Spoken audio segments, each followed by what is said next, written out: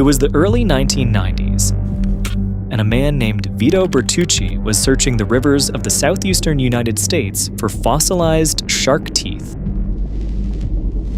At that time, most people knew these rivers occasionally carried fossils from an ancient ocean that once covered the region.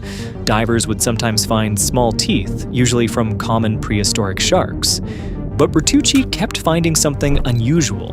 The teeth were far larger than anything typically found.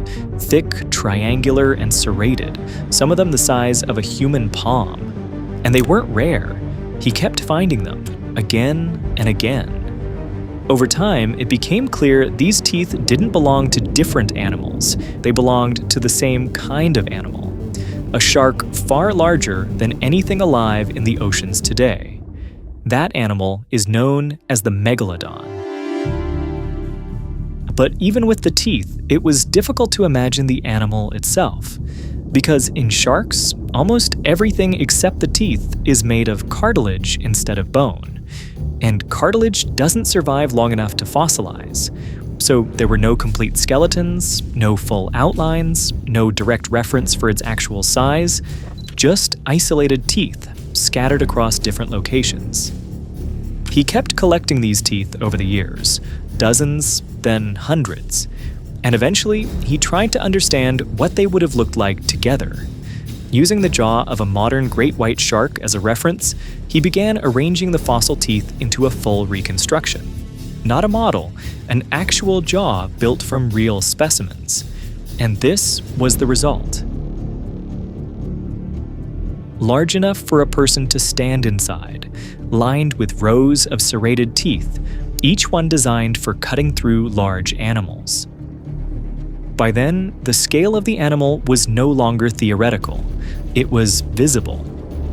And once you see it like that, assembled in real proportions, the question changes.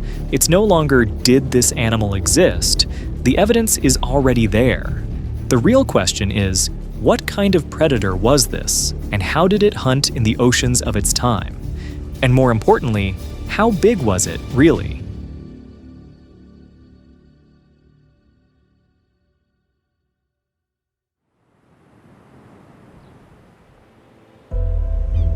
For most of human history, the ocean has been a place we don't fully control.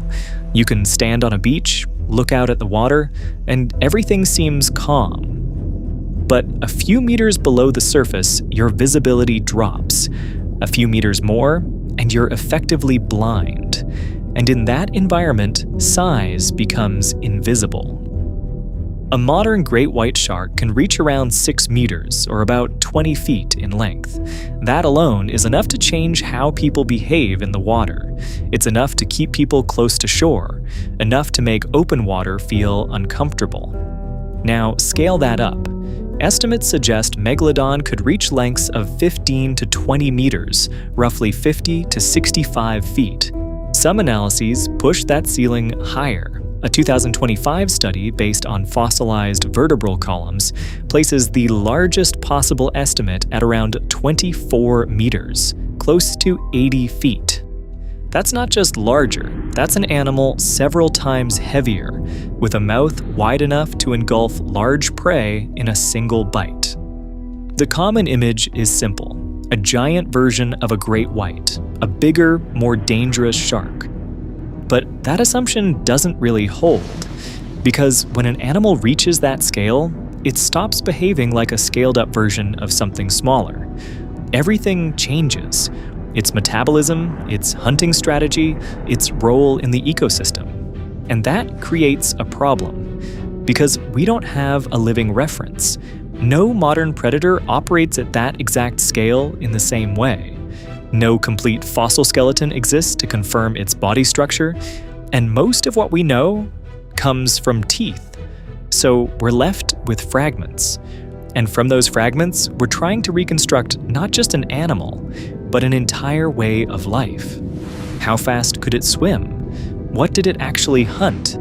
Did it rely on ambush or endurance?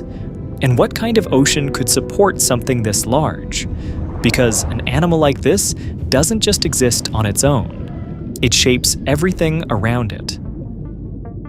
Before we get to the world, we need to understand why we know so little about the animal itself. And the answer is stranger than you'd expect. Sharks are built differently from most large predators. Mammals have bones, dinosaurs had bones, even fish have bones. Sharks instead have cartilage, not just soft cartilage in places, their entire skeleton. Every structural element that holds the body together is made of the same flexible, lightweight material you have in your nose and ears. This was an evolutionary decision made hundreds of millions of years ago, and it worked brilliantly. Cartilage is lighter than bone, which makes a large shark easier to keep buoyant. It's flexible, which helps the body absorb stress during high-force movements. But cartilage has one major flaw. It doesn't fossilize. When a shark dies and sinks, the soft tissue goes first. Muscle, fat, organs. Within weeks, gone. But then the cartilage follows. The spine, the jaws, the fins, all of it rots. What survives is only what's hard enough to resist decomposition. The teeth. And here's where it gets interesting. A shark doesn't just have one set of teeth. Over its entire life, Megalodon would have produced roughly 40,000 of them, constantly replacing them, row after row, the way modern sharks still do today. Which means everywhere it swam, it left teeth behind, buried in sediment, slowly replaced by minerals, scattered across ocean floors around the world. That's why we have so many teeth and nothing else. And it's also why reconstructing the animal requires inference. Paleontologists use the proportions of modern sharks to estimate body length from tooth size, jaw curvature to estimate mouth width, and bite marks left on fossilized whale bones, deep parallel gouges that match Megalodon tooth spacing to understand how it actually fed. Those bite marks tell us something important. This was not a delicate predator.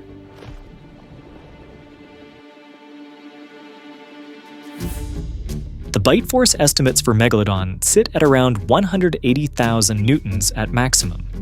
Let me put that in terms that actually land. A great white shark bites with roughly 18,000 newtons, already enough to cut through bone. Megalodon's bite was estimated to be 10 times stronger. For comparison, if you wanted to experience that kind of force through pressure alone, it would be roughly equivalent to having 3 full-grown African elephants standing on a single point. That force wasn't accidental. It wasn't just a consequence of being large. It was a precision tool. Megalodon's teeth weren't just big. They were serrated along both edges, designed specifically to slice through dense material. When paleontologists examine fossilized whale bones from this period, they find impact fractures and gouge marks consistent with a predator targeting the ribcage directly. Not biting around a whale, biting through it. This suggests Megalodon wasn't just large enough to hunt big prey. It had specifically evolved to disable large prey as quickly as possible.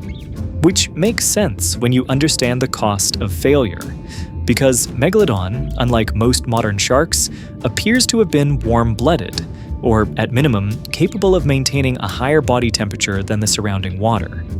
And warm-blooded predators burn through energy at an extraordinary rate. Estimates suggest that to sustain its body, Megalodon needed to consume roughly 100,000 calories every single day, about 50 times what an adult human burns. Think about what that means for a moment. Every day it didn't eat, it was burning through its reserves. Every hunt that failed had a real cost. And an animal that large, in an ocean that was always changing, could not afford many failures. This single biological fact, that its body demanded constant, massive amounts of food, becomes the thread that eventually unravels the whole story. But here's something most people get wrong about Megalodon.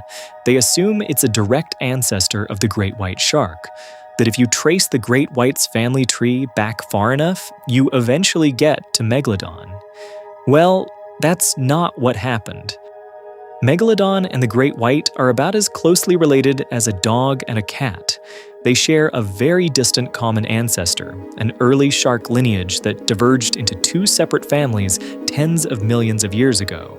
Megalodon belonged to a group called the Odontodontidae, giant, broad-toothed sharks that grew to enormous size. The great white belongs to the Lamnidae, a different family entirely, which includes mako sharks and salmon sharks. Here's what's interesting about this split. When these two lineages diverged, they made different evolutionary bets. The Odontodontidae, Megalodon's family, doubled down on size. They became larger and larger, eventually producing the biggest shark that ever lived. They optimized for brute force, for handling the largest prey available. The Lamnidae went the other direction. They stayed relatively smaller, but became faster, more agile, and remarkably efficient hunters. At the time, both strategies worked, but one of them had a longer shelf life. Megalodon first appears in the fossil record around 23 million years ago, a time when the world's oceans were warmer, shallower in places, and rich with large marine life. Crucially, this was the age before large baleen whales. Early whales, the ancestors of modern humpbacks and blue whales, were actually small by today's standards. They were mostly toothed, quick-moving, and spread across relatively shallow coastal waters. And Megalodon sat at the top of this entire system. It hunted early whale species, it hunted large fish, it likely controlled the population dynamics of everything below it in the food chain, the way large apex predators always do. For roughly 13 million years, this arrangement held. 13 million years. For context, our entire genus, all of human evolution from our earliest ancestors, spans only about 3 million years. Megalodon as a species outlasted that by 4 times over. It was not a brief experiment. It was one of the most successful apex predators in the history of life on Earth. Around 5 to 6 million years ago, things began to shift. Not a single catastrophe, a slow tightening, one factor at a time, until the combination became impossible to survive. The first thing that changed was the climate. The planet began to cool, and as it cooled, the oceans responded. Warm, shallow seas that had covered large parts of the continents began to pull back. Coastal waters, rich, productive, full of large prey, started to shrink. And at the same time, something was happening to the whales. Faced with less food and more competition, a group of early whales made an unexpected evolutionary shift. They gave up their teeth. Instead of hunting individual animals, they evolved baleen, long, fibrous plates that act like filters. Now, instead of chasing a single seal, they could swim open-mouthed through clouds of krill and tiny fish, straining enormous quantities of food in a single pass. It sounds simple, but the logic behind it is powerful. Hunting is expensive. Every step in the food chain costs energy. A seal eats fish, the fish eats smaller fish. By the time that energy reaches the seal, most of it is already gone. These whales skipped the middleman entirely. They went straight to the base of the food chain. More food, less effort. And so they grew, and kept growing. With unlimited food and no predator capable of stopping them, there was no biological reason not to. But here's what gets interesting. For decades, every reconstruction of Megalodon assumed a great white body plan. The stocky, barrel-chested shape people know from documentaries and movies. But that same 2025 study that pushed the size estimate to 24 meters also looked at something else. When researchers compared Megalodon's vertebral proportions to over 100 living and extinct shark species, the closest match wasn't the great white at all. It was the lemon shark, a longer, more slender animal with an elongated body. Megalodon wasn't built like a great white. It was built like a giant cruiser. Long, streamlined, designed to move efficiently through warm, open water. Its cruising speed, estimated from fossilized scale analysis, was only about 2 to 3 kilometers per hour.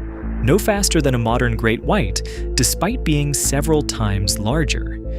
This was an animal built for slow, energy-efficient patrolling, with short bursts of explosive force when it struck. While Megalodon's prey base was changing, while the warm water whale species it relied on were either disappearing or transforming into enormous filter feeders far beyond its reach, another predator was quietly getting better at exploiting the gap: the ancestors of the great white shark. Built for colder, deeper water in a way Megalodon simply wasn't. They could pursue agile prey through environments a 15-meter shark couldn't follow. And early baleen whales, still relatively small at this point, before millions of years of unchecked growth, were well within their range. What was happening, in effect, was a handover. The prey that had sustained Megalodon was gradually shifting, either disappearing or transforming into something too large and too deep for Megalodon to reach. And into that gap, the great white's ancestors stepped in. Smaller animals, filling the space more efficiently than Megalodon ever could. And Megalodon, with its enormous body burning through calories every single day, couldn't afford to wait out the transition. This is why some researchers describe the great white as an indirect cause of Megalodon's extinction. Not direct competition. They weren't fighting each other for the same meal on the same day. But while Megalodon was built for an ocean that was disappearing, the great white lineage was quietly adapting to the one that was arriving. And in the end, that distinction was everything. There's one question that always comes up. Is it still out there? It's worth taking seriously because the instinct behind it isn't crazy. In 1938, a fishing trawler off South Africa pulled up a fish that scientists had believed went extinct with the dinosaurs, a coelacanth, alive, undiscovered for 66 million years. So the logic makes sense. If that's possible, why not Megalodon? See, Megalodon shed roughly 40,000 teeth over its lifetime. In every ocean it ever swam through, it left them behind. We find them on seafloors all over the world, and the most recent ones date to exactly 3.6 million years ago. Not 1 million, not recently. Modern whales, which would be the obvious prey for a 60-foot shark, show no bite marks consistent with Megalodon. None. And the coelacanth survived because it lives in deep water caves, barely moves, and needs almost no food. Megalodon was the opposite of that in every possible way. But here's what that actually means, because the extinction of Megalodon didn't just remove a predator from the ocean, it changed what the ocean could become. For as long as Megalodon existed, baleen whales had a ceiling. Juveniles needed to stay small, fast, and hard to catch just to survive long enough to reach adulthood. The moment that pressure disappeared, the moment Megalodon was gone, the ceiling lifted. Unlimited food at the base of the food chain. No predator capable of taking adults. Millions of years of open ocean. So they grew. The blue whale, 30 meters long, the largest animal ever known to have lived on Earth, didn't exist when Megalodon was alive. It couldn't have. It took Megalodon's extinction to make room for the largest creature in the history of life on this planet. That's the thing about apex predators. Their presence defines the ecosystem they inhabit, but so does their absence. Megalodon didn't just live in its ocean, it shaped it. And somewhere out there right now, a tooth that once sat inside a living Megalodon is resting on a seafloor, waiting to be found.